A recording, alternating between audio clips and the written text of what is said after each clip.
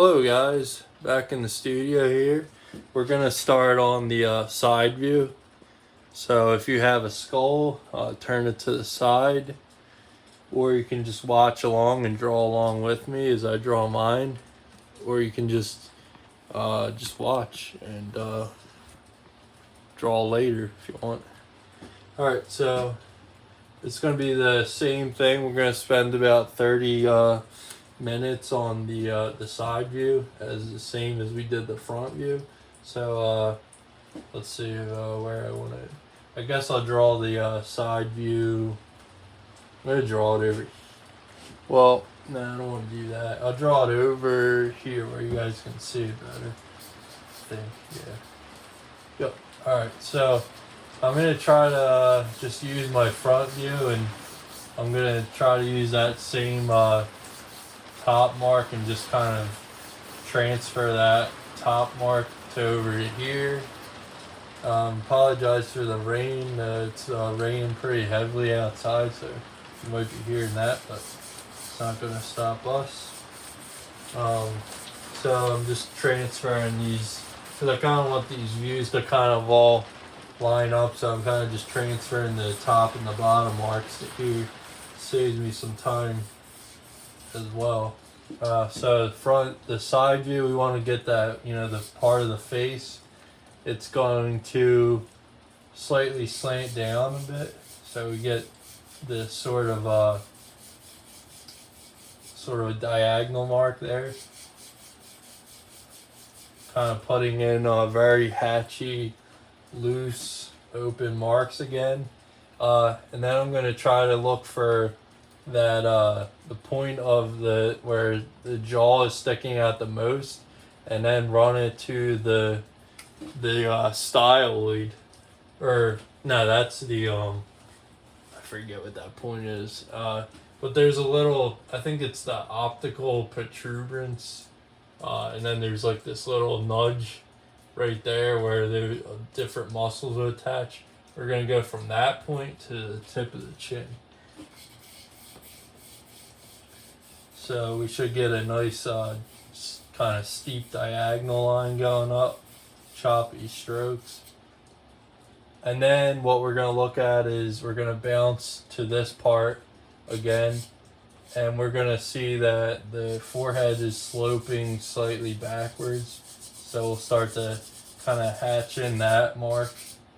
And then what we'll do is go back to here, and we'll kind of decide on how far back that goes. So we will throw in a line for that, pretty much a vertical just at this point. And then we'll go from the back and we'll draw a slight diagonal slanting upwards.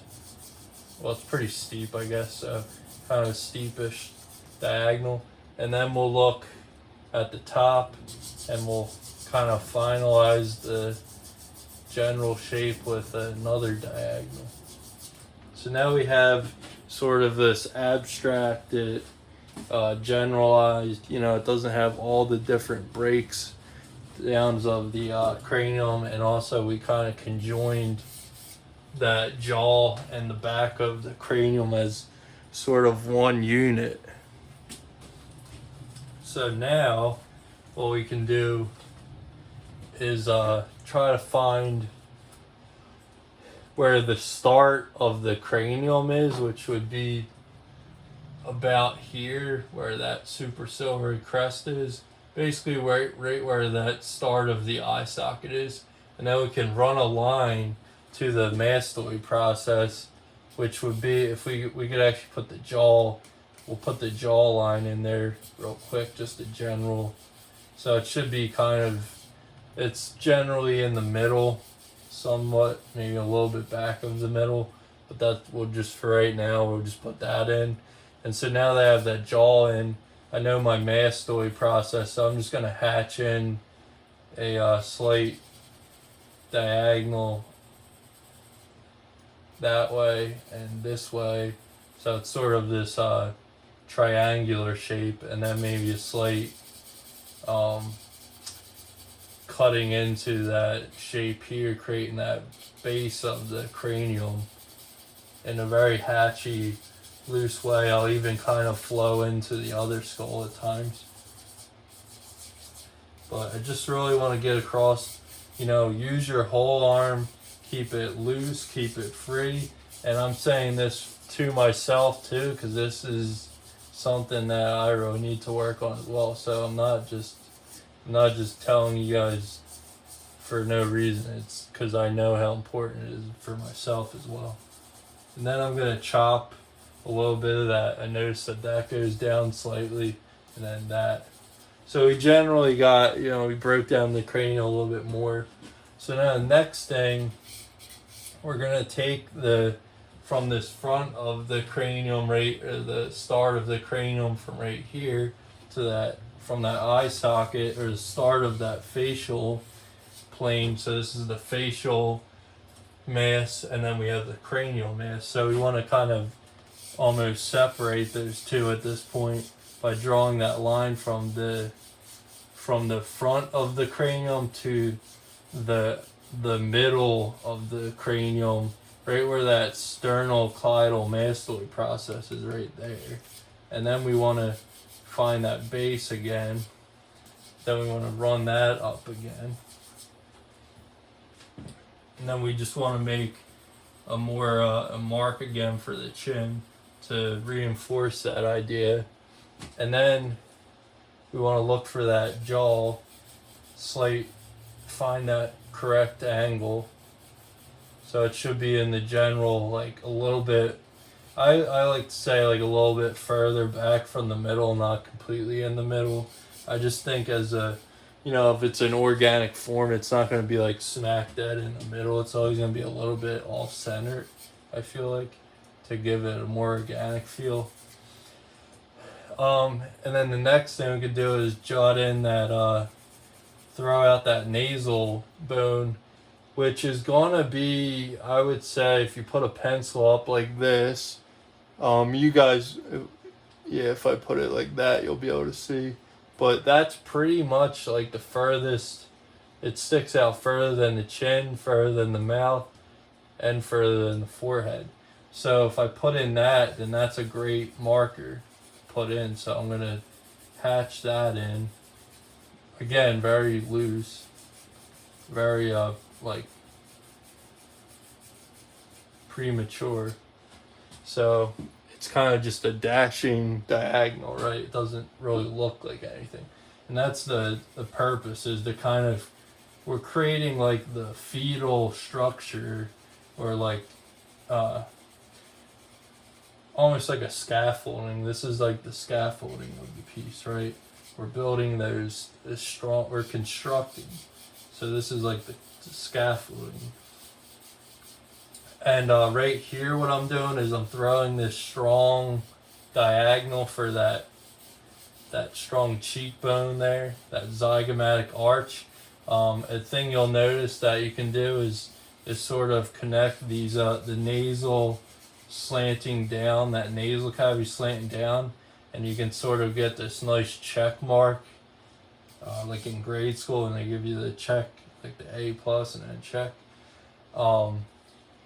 And then the next thing you can do is start to figure out where that eye socket starts, where the wing of the eye socket goes, and then connect that line, that diagonal, to the zygomatic bone. And now we'll just kind of like step back and we'll look at it and judge and see what we can do next.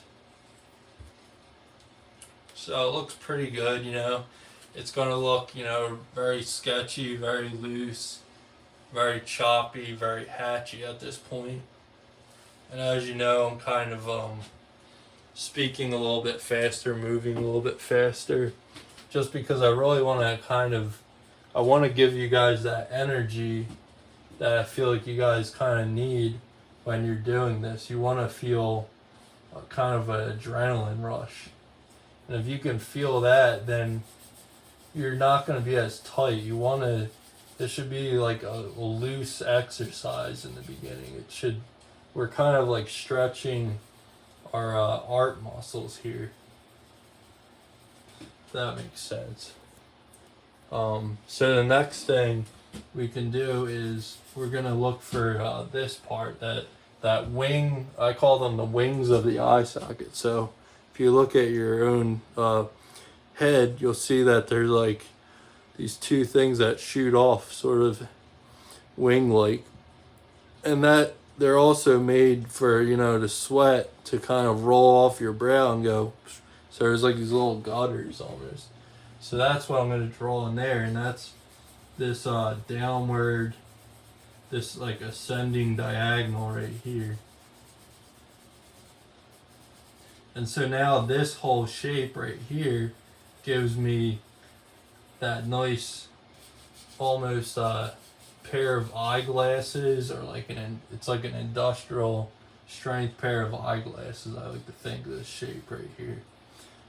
And now the next thing we could do is we can look for where the temporal, will kind of restate the frontal part of this temporal. Obviously we know it has to go further back than this nose, so we can kind of chop. We can erase it and chop it back, or we could just throw down somewhat of a background value, which I think I'm going to do here, and we'll send that kind of slanting backwards, and then put another bit of background, just a false value at this point.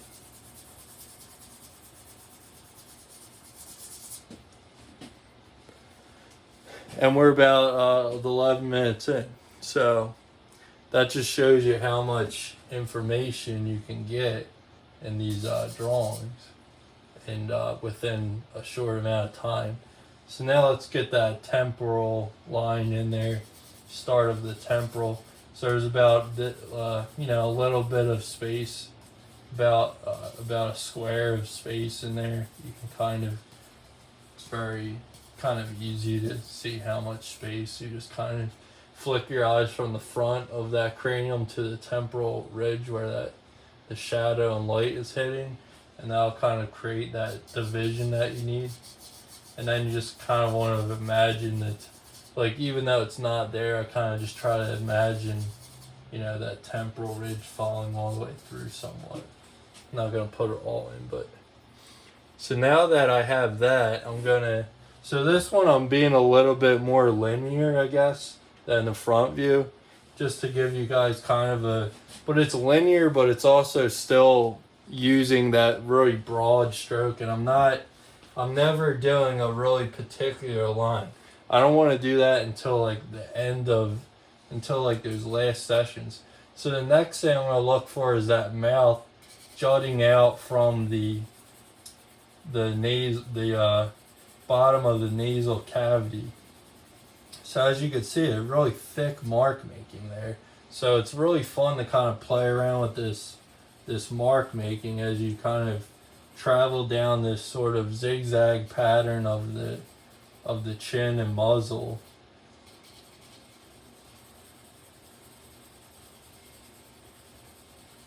Being very loose again, slightly lowering things maybe, slightly redefining things. Then kind of stating that superciliary crest sort of slanting down, that glabella area we like to call it. So I'm restating that.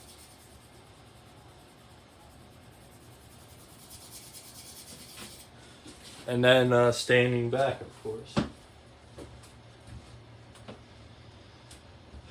So, take a breath if you have to. There's a lot coming at you at this point. It's a very fast pace, but you can just see the sort of the energy and the mark making, rather than if we were very tight and there's times for that, but it's not now. But if I were to kind of do this sort of approach where it's very like almost like an industrial engineer drawing or something, it's very linear and it's very sharp, right?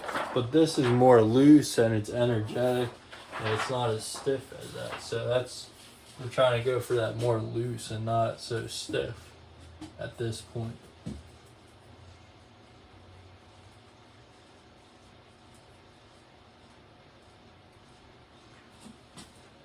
So now that we have sort of all this information down, we got it down, you know, pretty fast, I thought. So what we can do now is start to block in these shadow portions of these zones of shadows here. So there's like this sort of triangular shape of shadow right in here.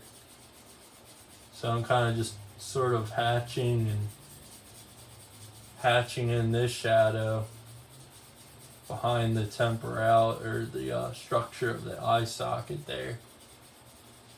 Just a general shape. I'm just thinking of it more so as a triangle at this point, and then it sort of travels down into our what's that called?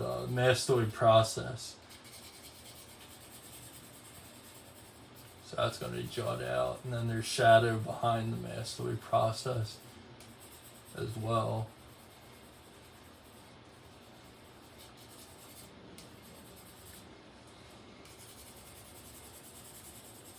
So I kind of do my hatching at like a diagonal sort of stroke, and then I can follow that into where this plate. I mean, I can be pretty messy because I know that this whole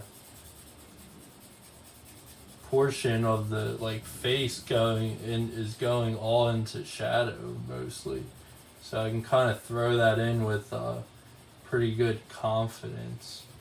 So I'm not really worrying about, you know, accuracy at this point because I already know that we just went through the whole process of throwing in all those diagonals and straight lines that I know I can build upon that because I have a strong foundation, and that even if it goes array, I can always go back to that.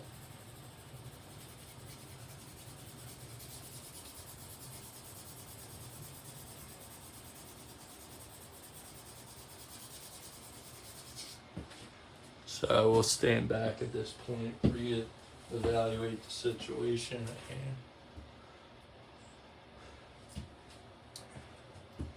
So yeah, it's basically we're just gonna keep continuing with the blocking of the shadow. Basically, just, you know, doing our best to sort of get that separation of the shadow and the light pattern.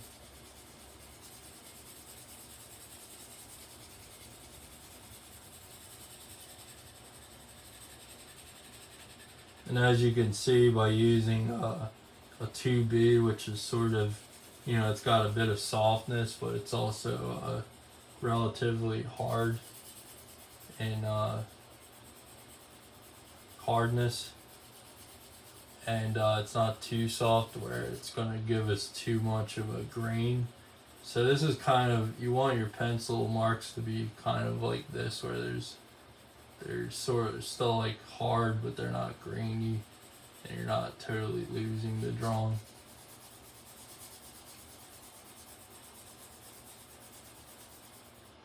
And don't be afraid that you're going to lose the drawing at this point, because it's all still there. It just might look a little messy. But that's what we kind of want in this stage. We don't want pretty drawings at this stage. And I'm going to say at this stage. So that, you know, all those little beautiful nuances of the skull will come later. But not necessarily at this point.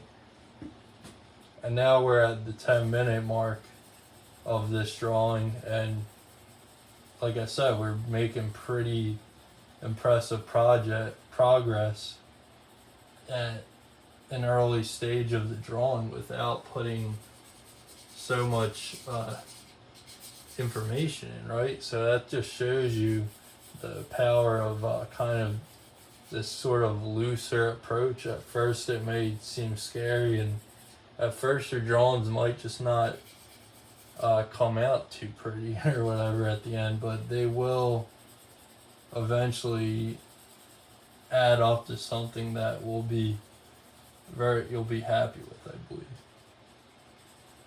So just kind of have faith in the process. You sort of have to sort of believe that, have this sort of magical belief that it's going to work out, regardless of what's going on right now, it's going to end in a good way. Keep that positive mindset if you can. And know that you put in all that work in the scaffolding part of throwing down those lines, so you know you can trust that. And now if you want to, you can throw in a little bit of a background value with this one if you want to kind of separate, to fill in some negative space that's in between this jaw and the back of the cranium here.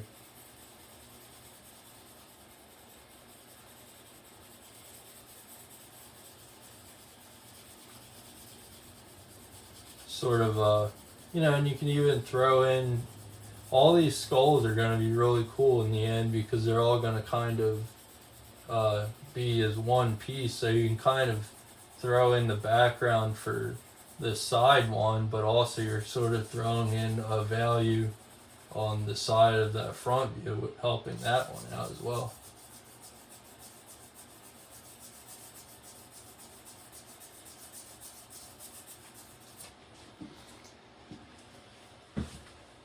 So your shadow should be, somewhat hatchy.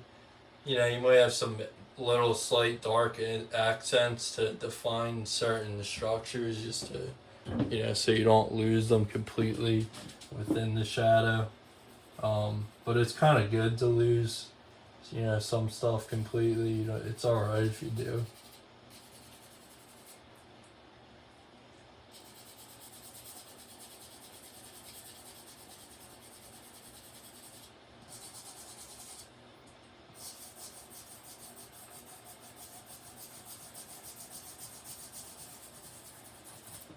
So I feel good stopping at this point, even though it's below the 30-minute mark, or it's above. I guess it'd be it's not 30 minutes yet, is what I'm saying.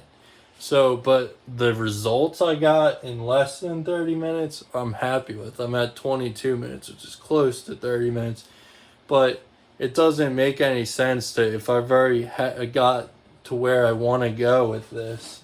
Maybe I could darken the eye socket, but it's not gonna, I feel happy enough to move forward to our 3/4 view. And that way we can really get further in this process today.